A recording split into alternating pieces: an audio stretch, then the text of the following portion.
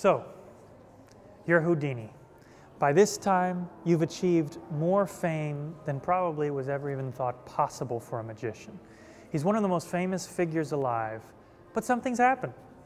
He's getting older, right? He's famous for being a dashing, young, immigrant magician, making these escapes with young assistants, showing off the physicality of his body, but now he's bordering 50 years old. He's not quite as quick on his feet, and he realizes that the last part of his career will not be as dynamic physically as the first part.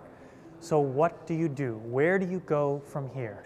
It's the same question great actors and great singers ask when they achieve so much, but now have to reinvent themselves.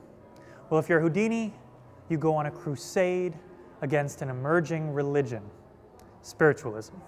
And I call spiritualism a religion on purpose. It's looked at today as a cult or sort of a phase in history.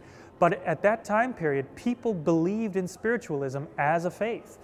And he was very close to his mother, as I've told you. When she died, he wanted more than anything, like all of us do when we lose somebody, to get in contact with her. And there was a particular incident in which he was told that he would, and he was told had made contact with his mother, and it was a scam. He realized very quickly that the same techniques he was using to deceive the public, they were using to deceive people for real. And he went on a crusade against spiritualism. Now, at that time, photography wasn't Photoshop like we have now, so when you do a double exposure and have an apparition appear, they thought that was an apparition. So he would do photos like this to the press to show how these things could be faked.